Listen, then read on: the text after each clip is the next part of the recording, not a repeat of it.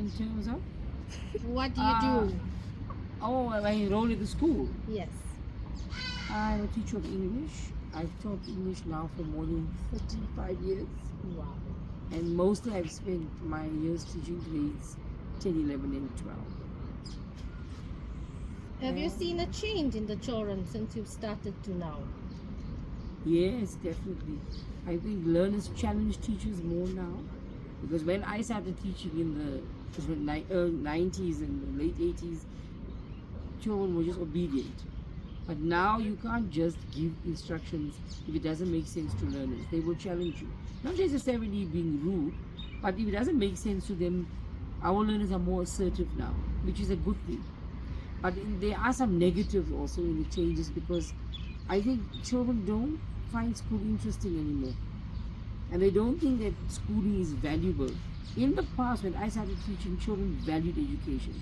They really saw that if they get an education, it'll translate to success. Learners don't believe that anymore. And maybe it's got to do with how much has changed, social media perhaps. But I think challenges for teachers going forward is going to be how to keep them engaged in class. Because it's not interesting. To them, schooling is not interesting, and I think I can sympathize to some extent. Because a learner who's bright can learn online themselves. So they're going to just find, how are you relevant to me? So I think that's going to be a big challenge going forward. Do you relate to the learners, or do you find that they have become aloof to a certain extent, or more narcissistic with the selfie culture going on? Or are you able to identify with some of them?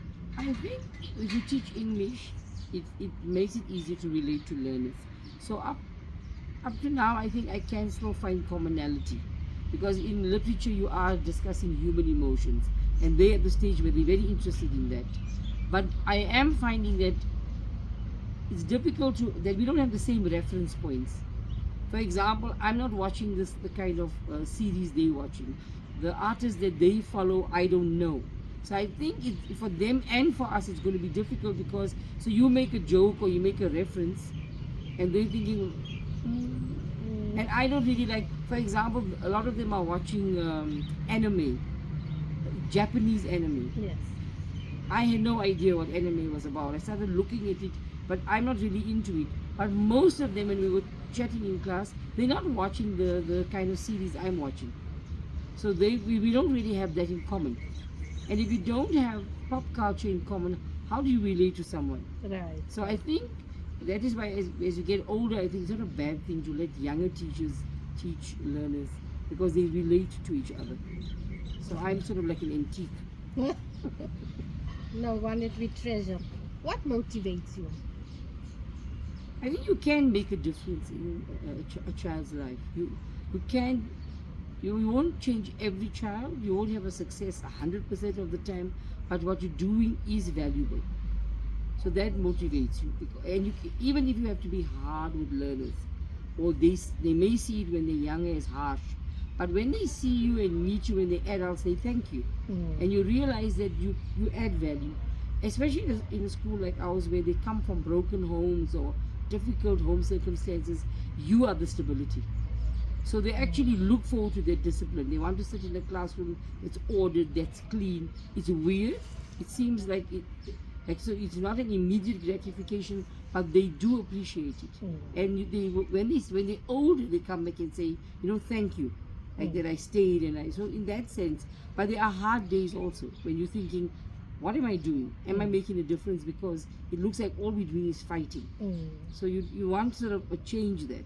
But I think it's going to be, the education space is technology is going to change the education space a lot. So if you're not tech savvy, I don't know, it'll be difficult. Is there an educator that sticks out in your memory that made an impact on you? I think in my last year of school, I had an incredible teacher of English. And she also was a disciplinarian, but she loved to read. And that inculcated in me wanting to pass that on to learners. But other than that, I also had clashed with teachers, because I also had many teachers who were very young. So, yeah. Okay. Where do you see yourself in another 3 years' time? Well, I'm retiring next year. So you see yourself on the Bahamas? So I see myself doing things that really I enjoy doing. Just reading things only that I really love to read. Because you have to, alas, read a lot of things in school that maybe not interest you. So yes, I'm looking forward to me time. And what's me time like? Because when you're teaching a lot of your time is really devoted to school. So you just look forward to weekends, school holidays. I want to learn like different things, even in terms of spirituality, grow there, read those sort of things, and then be able to spend time doing the kind of activities I enjoy, traveling a lot in the country as well, because we have such an incredible country, and to take the time to explore all of it. Like, so if it's flowers, it's in the last week of August, go and do that when it's that time. We didn't have that opportunity when we were teachers. So those are the sort of things. Cooking more, taking my time, spending a lot more time in the garden, because now you're just rushing all the time. It can't be done on the weekend and it doesn't get done. So those are the things. Even spending more quality time with family, not just waiting for the odd like get together, but having time to talk to people. Because if you're a teacher of English, you either marking, or you're thinking about marking, or you're carrying marking home, but you're never sort of free of it. Yes. So I'm looking forward to that a lot. Yeah. So you have traveled a lot. Is there one particular destination that stands out for you? India will definitely stand out. Cambodia, Turkey. But I think the country I will go back to and back to and back to would be India. Why? Because India is big and very interesting. And there are so many different regions, and the food is incredible. And I think you find that I don't look at India as my home. I'm African. But because you share a culture, it does help to be around people who, like, that's why I like Bali, because it was very Hindu. So I enjoyed that. But yeah, I think Turkey, Morocco was very interesting for me also. So the world is interesting, but the more you travel, the more you realize how beautiful South Africa is. Scenically, I don't think I've been anywhere that's more beautiful than South Africa. Oh.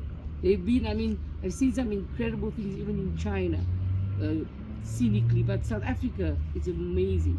Because within you can drive in one day to a rainforest in South Africa, to the bush, to the ocean. There's no other country in the world that would give you that.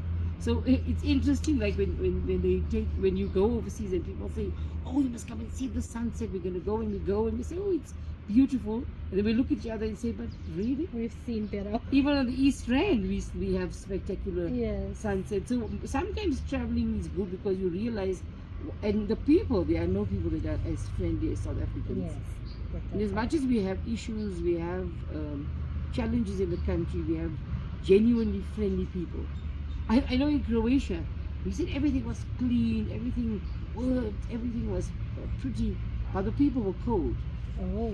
And you didn't realize that until you got home, and then, even at our passport, I'll come home, and how are you, sister? And you know, okay, we have warmth, we have humanity. Yes. You can't buy that. You can't put a price on that sort of thing. That's why I think people love coming to South Africa. Because here, even if you go and buy groceries, you can have a whole conversation with someone. That's a Because, total stranger. yes, you can greet people, they won't look at you as if, why are you talking to me? Like people in France, on the metro in Paris, people didn't make eye contact with you. Whoa. It sort of, I was like, I thought, this is odd. People just look down or look at the paper like, don't talk to me, don't look at me, I don't want to engage. It was really odd. You just had to find your place, and it was, the trams would be full and nobody spoke. It would not happen in South Africa. Because you go to Home Affairs, for example, you sit and you're waiting for your passport, somebody will talk. Yes. And then everybody will start chatting, so time will pass. Yes. It doesn't happen, it's not something that we take it for granted. It doesn't happen everywhere. That's what I realized. We have amazing human beings in South Africa. If we had to visit you and you have to cook us a dish, what would it be and why? I would probably prefer to cook vegetarian dishes for you, because I'm not great at preparing protein. So at home, my sister will clean and wash it.